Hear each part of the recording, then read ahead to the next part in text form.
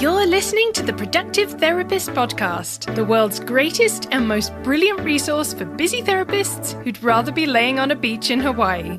Each episode is packed with simple tips and inspiring insights from the Productive Therapist team to help you grow your practice and have fun doing it. So without further ado, let's help you get more done and have more fun. Are you losing clients because inquiries slip through the cracks? Simple Intake is an all-in-one mental health CRM. The AI receptionist responds to inquiries in seconds, books consultations 24/7, and keeps your clinicians' calendars full. You can see it in action at productivetherapist.com/simple intake. All right, on to the episode. Hello, and welcome back to the Productive Therapist Podcast. Not only are we ad-free, we're possibly the most fun business podcast for therapists out there. I hope that's true. So today's guest is someone who's not just thinking outside the box, she's actually redesigning the whole container.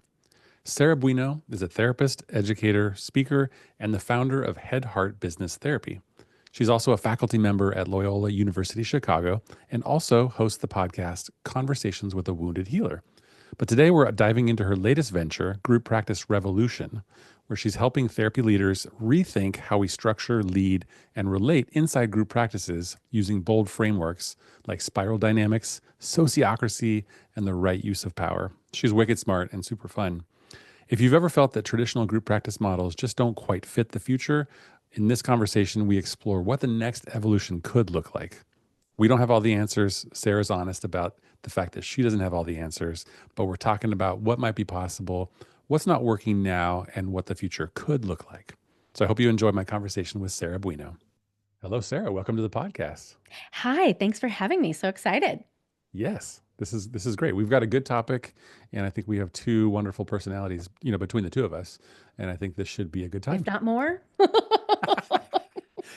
Yeah, hopefully not, but Yeah, we'll see. Surprise me. So I do have to give a shout out to our mutual friend, Gabrielle Giuliano Villani, for connecting us. That's right. Yes. She's amazing. And I didn't know you. I don't think you knew me. So we are new friends, which is awesome. That's right. Yes. Yeah. Yes, Yeah. absolutely. I actually got to hang out with Gabrielle in Ireland last month because we were at a retreat at the same time. And that was a lot of fun.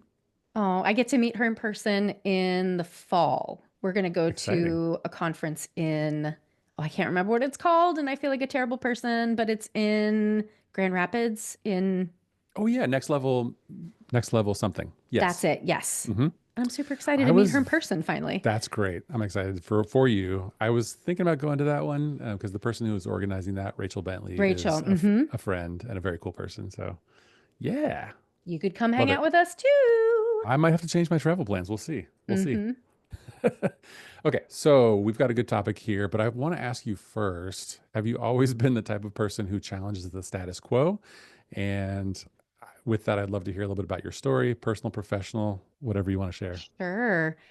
That's a really good question. I think I was not a person who always challenged the status. Well, so I was raised in a pretty conservative Christian household, and I really wanted to be a good girl.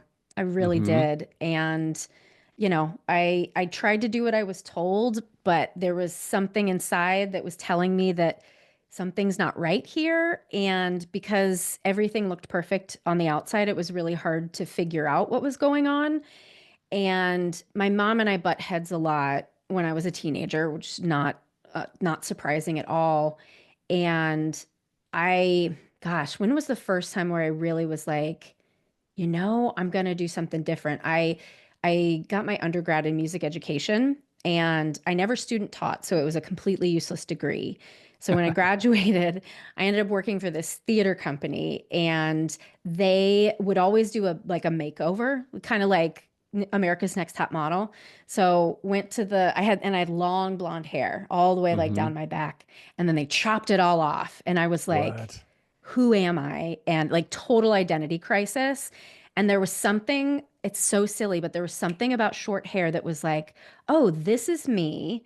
And through the process of being in that theater company, I ended up deciding to move to Chicago and as soon as I got away enough from my family and could start to be my own person for the first time, I was like, oh, I'm not like everybody else. And no wonder I was chronically suicidal as a child and a teenager Mm. because I never fit and I didn't understand why because everybody was telling me, oh, your mom is so great and you got such a good life and this and that.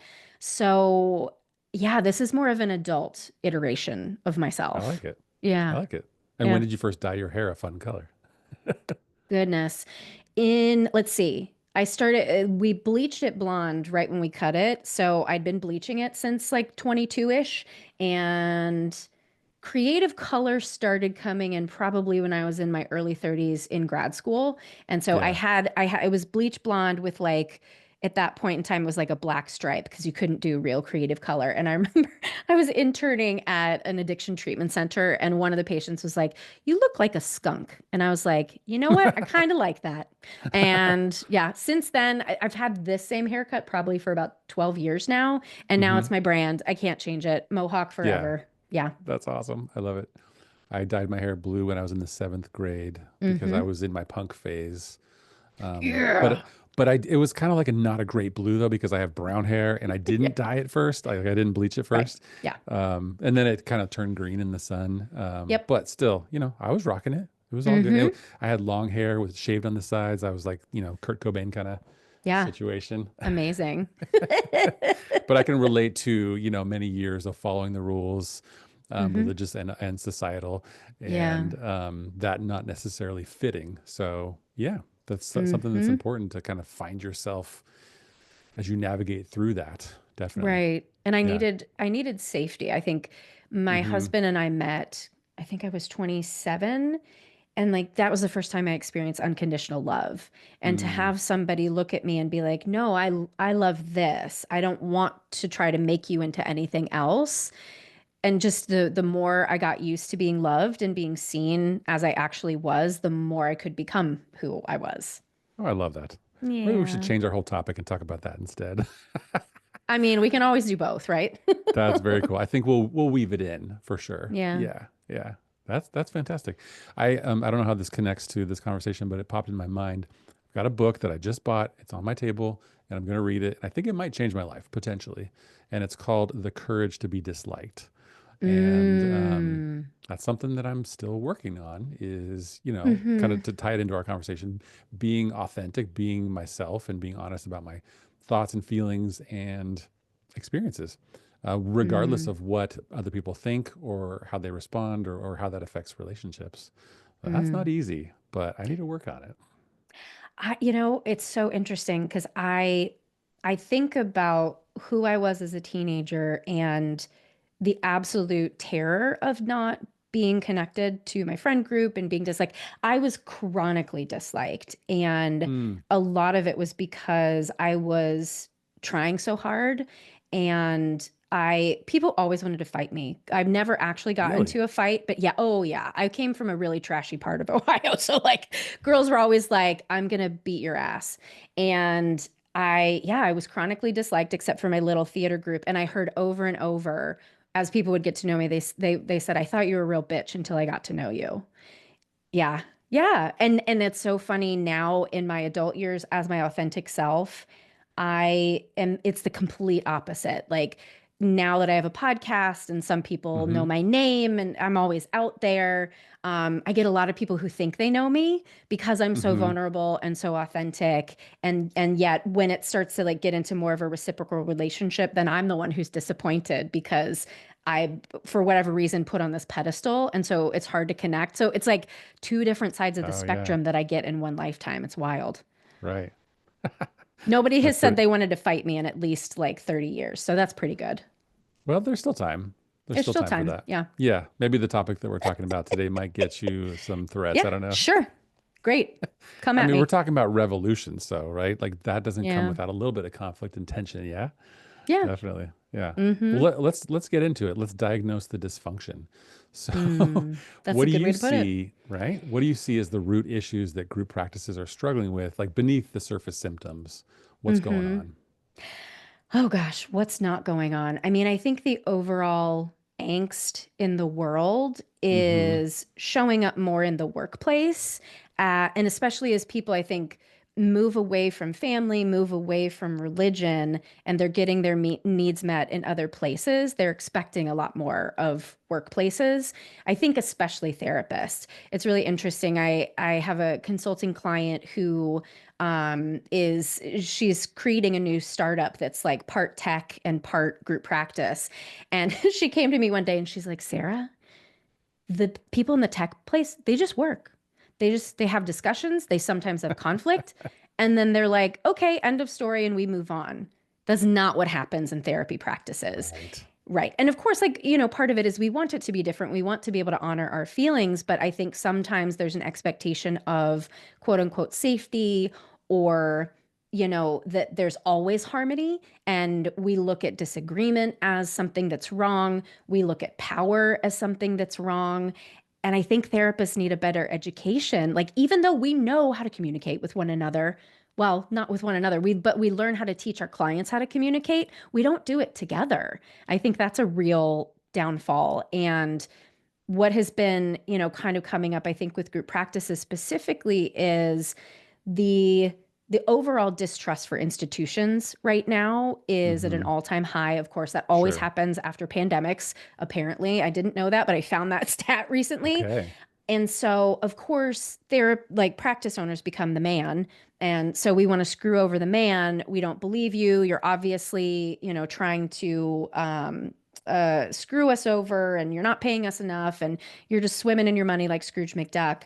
And then conversely, practice owners then feel victimized, right? And show up as if they are the victim. When really, if we could just come together and listen to the feelings and needs on both sides, I think we might get somewhere. It is complicated, isn't it? It's And so it complicated. sounds like, and my experience is that it's more complicated, the internal dynamics of a group practice than some other types of businesses. Like, I'm in an office building and there's CPAs and bookkeepers and financial advisors and mortgage companies. They all have interpersonal dynamics too. But I would guess that you're right, that inside of a group practice, there's a lot more going on. The feelings about power and money Hmm. and all of those things can get quite complicated. And even more so if the owner hasn't done their own work, obviously. Right. Well, and that's the other thing I've come to realize recently, like as I've done my work in anti-racism, and I'm, quote unquote, being raised in anti-racism from people who are talking about it in an embodied sense, right? Like Resma Menakem, if you're familiar with him, he has this analogy of anti-racism work and running a marathon. He's like, Mm-hmm. yeah, so I just decided I'm going to run a marathon. I've listened to all the books, read all the books about running a marathon, listened to a bunch of podcasts. I've watched a bunch of people run marathons. So I'm going to run a marathon tomorrow. And it's like, that's not how this works. You Right. you have to live it and breathe it and have it live inside of you. And this is going to be a really hard truth, I think, for many people to consider. But how much of our therapy training is encouraging us to just read the book, listen to the podcast, right? Have conversations about it, do it with other people. There's not a lot of programs that I know that are really encouraging us to learn it from the inside out. And I Mm-hmm. think we are likely, again, I don't know statistics on this, but I'm sure they're out there somewhere. We are likely more injured than the general population. That's the reason that we go into therapy in the first place, Interesting. because of our trauma histories. So we are already extra vulnerable. And Mm-hmm. so not doing our own work not only harms us in our relationships with one another, but it can potentially harm our clients. And honestly, I think that's unethical. That is an interesting insight. Yeah, and there's probably a lot less quote unquote wounded healers in the tech founder space, right? I Right. mean, And they've got and their they own might be, but they've got their their own stuff stuff. doesn't show up in work, right? Right. Our Right. work is forcing us to look at some of our vulnerabilities. And Right. if we want to stay blind to that, we're just going to be triggered all over the place, Mm-hmm. and it's going to come out sideways. Mm-hmm. An upside to that is that I've always had the experience that my business, specifically my group practice, but both of my businesses have always been the best life coaches for me. Oh my God, They've yes. absolutely forced me to look at all of my, issues and given me the opportunity to work through said issues or not, and then if not, experience the same things over and over again. Oh Right? my God, yes. Yeah. I feel I specifically decided not to have children because I was afraid of the lessons that I was going to learn Mm, by being a parent. I right. fucking learned them anyway through group practice ownership. You know, like the universe was like, Guess nah, what? bitch, you are not getting away Yeah, with you're this. not dodging this one. Right. And I think you and I probably have both seen plenty of group practice owners that don't approach group practice ownership in that same way. Hmm. And those are the folks that I really hope are going to come to Group Practice Revolution to see how see how you can marry the inner work and the business Right. work together and like create a better life for yourself. Like I am Yeah. a way better person than I was 11 years ago when I had started the practice. Yeah. And Isn't I that awesome? have my employees to thank for it because they're the ones who put me in the position to have to Definitely. grow. Yeah. I don't know how this fits in our conversation, but specifically on the topic of money. So I've heard many group practice owners talk about difficult conversations and perceptions from the employees to the group practice owner, like you said, swimming in money, Yep. profiting, all this kind of stuff, Yep. and then challenging dynamics and conversations around money. And I have for a long time, and I'm in year 10 of group practice ownership, um, I really haven't had disgruntled employees around the issues of money. Even when I transitioned from 1099 I to, don't know to how you did it. W-2, Good job. and either I'm very, very lucky, or what I Hmm. think is that I've spent a lot of time working on my money scripts and, reading books, but actually putting into practice, um, doing my own work around money. And so then when I have Mm. those conversations with my employees, there's not a lot of weird stuff, at least coming from me, right?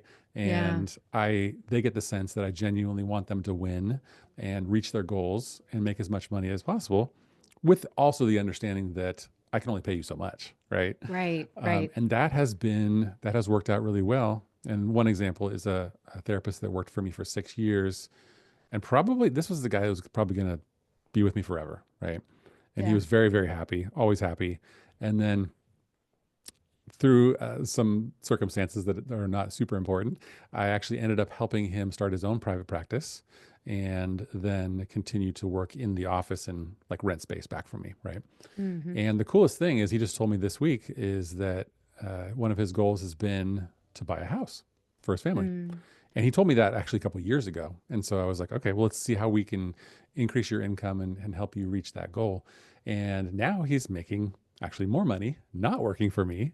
And he just told me Hmm. that he's working on buying that first house. And I'm just so happy for him.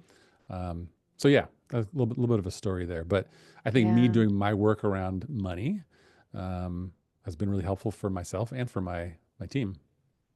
I think, yeah, I have two thoughts about that. One is I do think you're right about how the practice owner approaches conversations about money. And I was just talking with somebody from Group Practice Revolution yesterday who's an employee, and there's just some curiosity about the PTO policy that's being offered in the practice that from my vantage point doesn't exactly make sense in terms of work-life balance and what feels appropriate. And so we were sort of we were talking about all these things, and my assumption, my curiosity was whether the practice owner really knew what they were talking about or not. Sure. And so what I want employees to know is that most of the time, unless we are seeking outside consultation, we're just making this shit up as we go along. And I think practice owners really do need to understand how that impacts their employees and the fear that that can generate and the lack Right. of clarity that can be it just mind-boggling. Like this therapist is like, I don't understand, this math doesn't math. And I'm like, yeah, the math doesn't math. And so I think you can go back and very respectfully ask for clarity on this policy. And when if clarity is not provided, you can say, hey, I want to stay working here. I can't do that if I don't get clarity around this. And so can you get help to figure Mm-hmm. this out? Mm-hmm. So that's one piece of it. The other thing that somebody brought up not too long ago was the question around how gender impacts the way that people treat you as a boss, Yeah. Yeah. Yeah. and whether being a man Mm-hmm. in the boss role somehow gives you just like more clout. I don't know. That would be a fascinating research study to see how employees respond both ways to female practice owners or non-binary practice owners or male Mm-hmm. practice owners if it is Mm-hmm. different, because most of the men that I know that run practices tell me that it's easier than the female counterparts I'm hearing from. So I Wow. don't know about that. Something to look at. I mean, guaranteed it plays a role, right?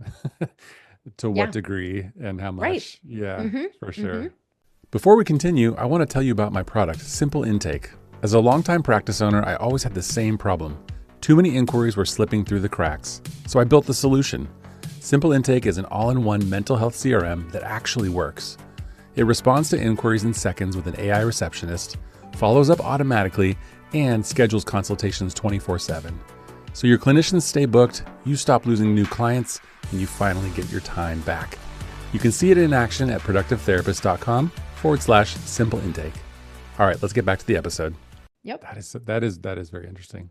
Mm-hmm. So I want to get into this revolution topic, right? Let's So do the it. the name Group Practice Revolution suggests a serious shakeup.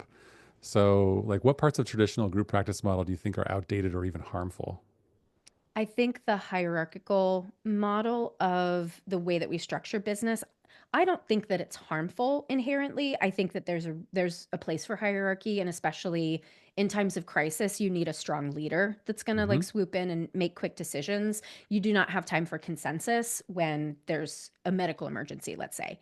Um, but the thing is, a lot of therapists are relating to power and relating to hierarchy as if it's evil and bad. Hmm. And so the fact that we have businesses structured that way kind of automatically like puts them at odds.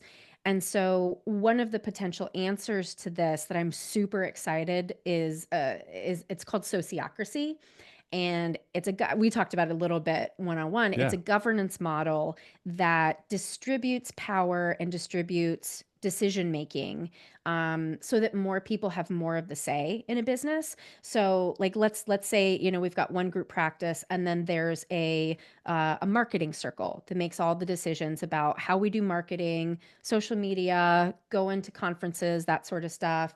There's one on client satisfaction. And so they're making all the decisions around like, how do we make sure to nurture the clients we have? Then there's another one that's operations. So they're looking at all the policies and procedures and how we do the things that we do.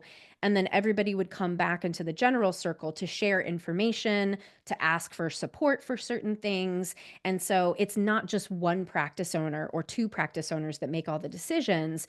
The employees also have a stake in it as well. And the thing that's interesting is I've been talking to folks who are trying sociocracy and learning sociocracy is the legal and financial systems are not set up that way. Hmm. So I have a consultant friend who is in Switzerland, and his company is set up. I think he would call it holarchy, and I think they're very similar. I actually don't know exactly what the differences are, but he said, yeah, I'm the sole owner financially and legally, but all of the resources are shared within everybody. And it's sort of just kind of this handshake agreement that he's going to continue to do that because it's not necessarily how it's legally represented. So I would hope as we can empower employees to feel like they have a say and that they can learn some of the aspects of the business that right now are sort of taken care of for them or hidden from them, that we can then also share resources. Because truthfully, if all of the decisions are not on my back and I'm not taking the same risk as if it were, I'm happy to share the resources. But if I'm the one here like sweating over whether we can make payroll next week, you're damn straight I'm gonna keep that money in the bank, you know? That is fascinating. So, for some reason, it makes me think about my community market in my town. There's a couple of Mm, them around the county, but it's employee owned. And I would be actually curious to find out more about that, how that yeah. works within Mhm. that company. But that's an interesting idea. So, I guess my question about that, I can see the value of setting things up that way. And sociocracy is one of those $100 words that you were dropping on me when we first talked. Yeah, yeah. And I was like, "Oh, you're smart." And then you know Well, thank you. what that means. I was like, "ChatGPT, what the heck is this?" Mhm. Um, so I guess a question that I have for you on that is small to medium sized practice where there's not a ton of clinicians and maybe not even like finding clinicians that have enough interest or desire to do social media, for example, or other aspects. How would a group practice owner start that when there's 3, 4, 5, 10 people? What does that look like? Yeah. Well, the advice that I've gotten, and I encourage everybody to go to the website Sociocracy for All, and you'll see Ted Rao is one of the leaders of that organization. And so Ted does a lot of teaching and speaking, and I had him on my podcast, and I asked him that very same question. Hmm. And what he said was, instead of trying to like radically, disentangle whatever you have in your business, to start small, to start with adding maybe one circle of responsibility, because you're definitely going to need people who are able to rise to the occasion. I think this is also going to be an opportunity for therapists to recognize what would be required in order to be able to hold a share of the business, right? Like I said, like I am so happy to share resources if we're sharing the labor, but if we're not sharing the labor, then that's a different story. And so Mm-hmm. some therapists, like the one therapist who started working for me first, John, will be at Head Heart Therapy forever until he retires. He's never going to want to do anything. He's like, I just want to see my clients and like leave me Right. alone. Have a good day. John is not that person who's going to do it. But there are other therapists who have more diverse skills and have diverse interests. They are possibly going to want to do it. And it helps those people become the rising stars that they want to be, and empowers them and like gives them the accolades that they want. So I think honestly, it's going to be a big experiment, right? Like sociocracy is big in like intentional community kind of spaces. And the general business world is starting to get involved with it. And a lot of folks in Europe have been doing this because they're probably 10, 15 years ahead of us in terms Mm-hmm. of like, thinking outside of the box. And I also imagine that like if you're from a smaller country, it's easier to, imagine different things when you're Mm-hmm. more like homogeneously grouped. So I don't know. I don't know what's going to happen. Truth, I don't think, Uriah, that I have the answers for everything. But what I'm doing is looking outside of the profession to see what other ways people are doing things, Right. because we just keep trying to do the same thing over and over, expecting different results. And we all know how that turns out. Definitely. So that's why Group Practice Revolution is hopefully going to bring a bunch of diverse people together who can also do some of this research and see what cool shit is out there so we can build Yeah. something together. I'm all about trying new things. I mean, I like stability and like what I'm used to, but Hmm. trying new things is sometimes the way to go. And sometimes you have to like really do something radical, a little bit radical to try to figure that out. I know for me, for many years, and this is kind of what I was taught by the consultants that I worked with in the early days, unfortunately or fortunately, but it was very, very much a dependency model, right? It's like, okay, Yeah. so you as the like me as a practice owner, I set everything up. I do all the marketing. I bring in all the clients. The Yep. therapists come in and they don't know how to do anything. They need everything from me, right? Yeah. And it kind of made sense to me in a sense, in a way. But then what ended up happening was, well, it put a lot of pressure on, it put a lot of weight on my shoulders for one thing. And Yep. then at some point, I switched my thinking and realized I can't do all this by myself. In fact, I don't want to. So I Yeah. started to try to communicate that with the team and say like, basically say I need help and Yes. I decided that I wanted to empower people on the team to do various different things according to their skill set and their interests. And then I discovered this is actually much better. Right. So whatever you want to call that, interdependency or like, shared labor. Right. The tricky part sometimes is there's not a lot of profit in a group practice sometimes, and so it's not like, hey, we have this slush fund over here just for like community relations. Right. Can you figure out how to spend this money or Right. how to do this initiative? It's not necessarily a lot of resources. So how would you deal with that? I mean, again, I think it's going to be kind of an experiment. I think we need to figure out ways outside of fee for service in order to bring in revenue in the Sure. business. That's definitely one piece of it.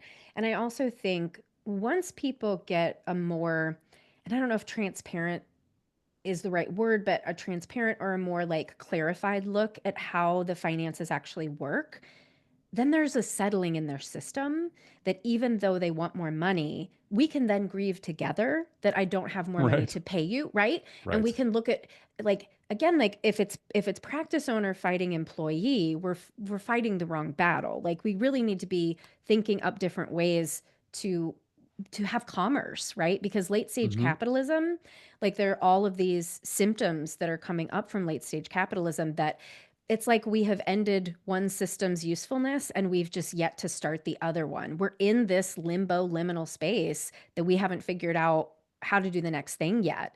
So that's why, again, like I just want to keep Hmm. talking about these things with as many people as I can, with as many minds who have creative ideas to bring new thoughts to the table. Absolutely. So, as far as your manifesto goes, as far as your vision goes for the future of group practice, 5 years, 10 years down the road, Mm. what do you see being the ideal when the revolution is well established? I mean, I'm such a Libra rising. My ideal, my ideal is always going to be some sort of collaboration Right. because I think we're stronger together than we are pitted against one another. But it really feels like a time right now when we cannot see what the future holds.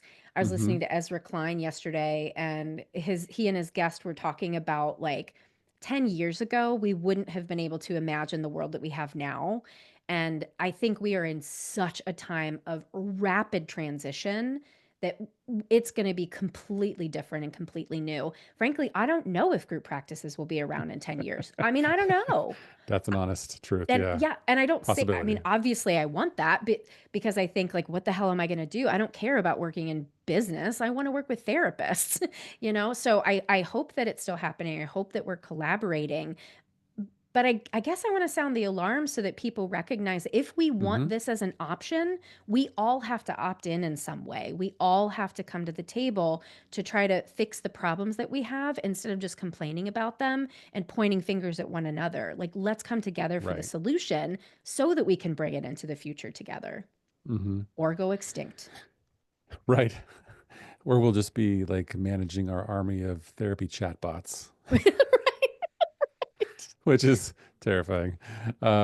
It also occurs to me that group practice owners, our sort of sub industry, whatever you want to call it, need to figure out some ways to be survive and be sustainable, Mm-hmm. and be like viable when it comes to like big therapy tech, right? Because if like, Mm-hmm.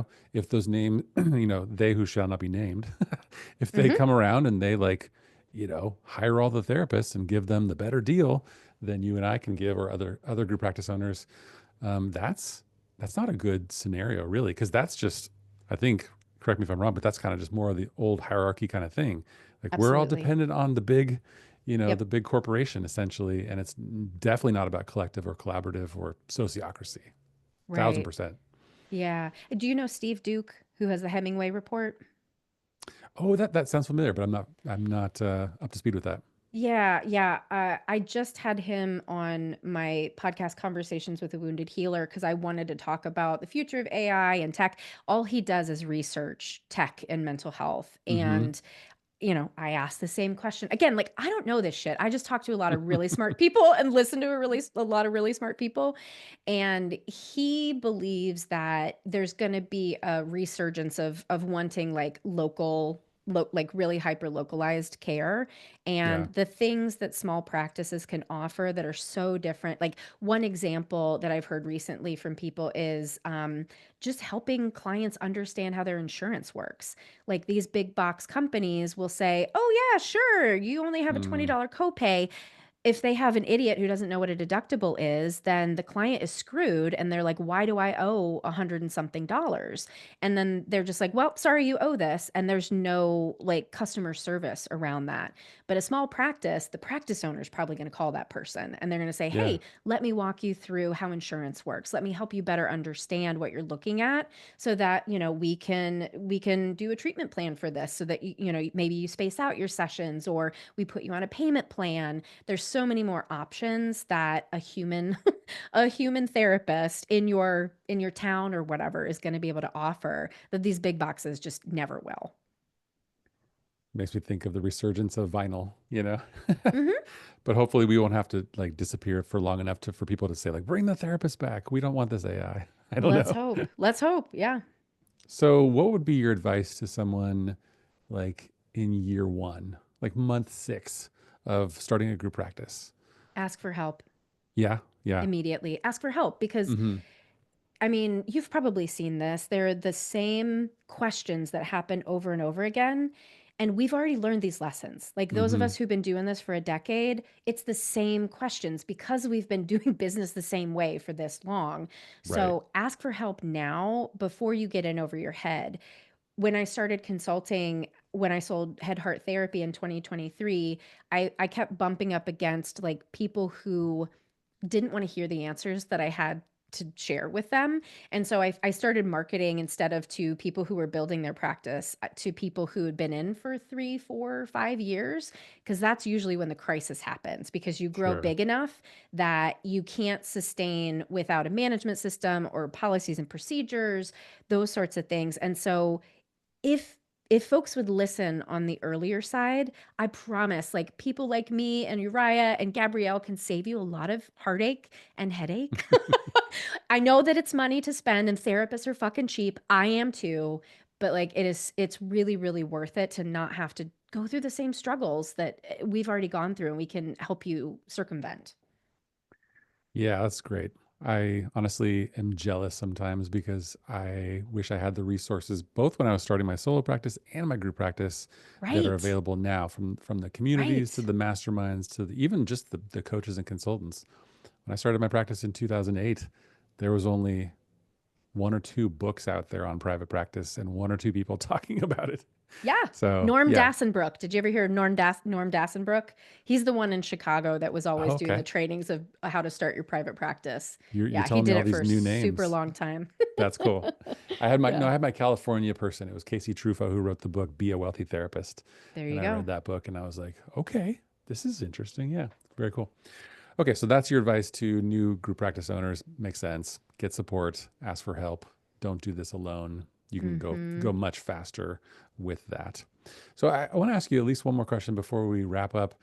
So how are you envisioning helping facilitate a healthy, positive relationship between the owners and the employees? Because you're not just offering services and support to the business owner, but Right. rather you kind of want to help everybody within the group practice. What does that look Hmm. like? I mean, I think that when we're just working with the owners, we're missing the other part of the equation. And owners have a lot that they need to learn and need to maybe be more empathetic with employees sometimes. And I don't think employees need to be empathetic about business owners' experience because the power differential that's there, I think, is the responsibility of the practice owner. However, I have seen in real life when employees better understand how the business works, and empathy naturally comes after that. And Hmm. even if it's not empathy, it's at least, like I said before, sort of a settling in the system. And especially when it comes from somebody who's not your boss. I think that's the other piece of the puzzle that I've realized because I want to be really clear with people. When I owned my practice, it was not all fucking kumbaya. Hmm. I caused a lot of harm, hurt a lot of people, and a lot of people had projections on me that were unfair, right? All of these sorts of things. That's just sort of inherent in the power differentials in these relationships and how it's set up.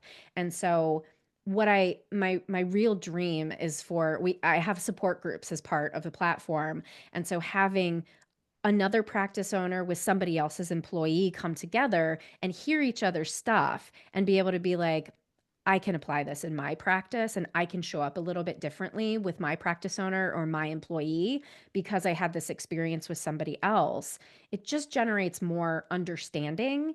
And I don't know. Again, Libra rising, I always think that like we could work it out if we just all hear each other and care about each Right. other. But like Right. we're stuck together in this relationship, right? Especially like in Illinois, you can't be in solo private practice right when you graduate school. You have to have a job.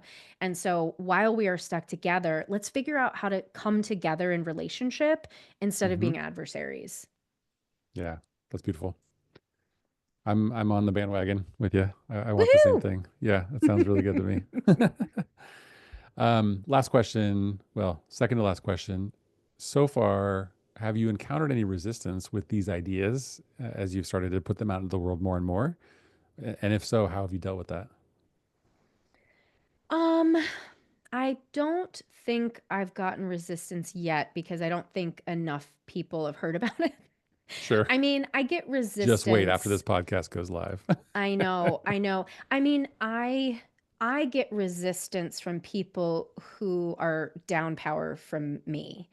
Okay. I taught last semester and you know, I always show up authentically and I'm encouraging people to do their work. And I'm a catalyst for your healing, whether any of us like it or not. Like if you have a problem with vulnerability, you are not going to like me. And there's Mm-hmm. nothing I can do about it. It's just how I am. So I haven't encountered resistance to these ideas so much as just to my being.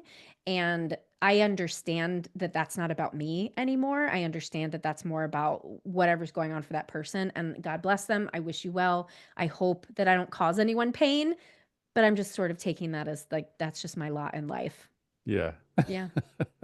That works. Now, what's your fascination with unicorns? I am a unicorn, Uriah. I don't know. Like, I was born this way.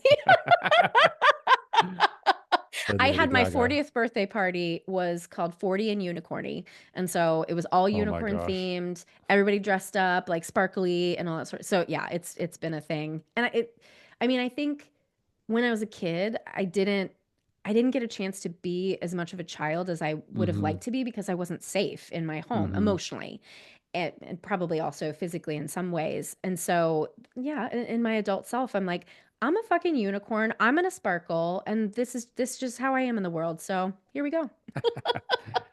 Deal with it. Mm-hmm.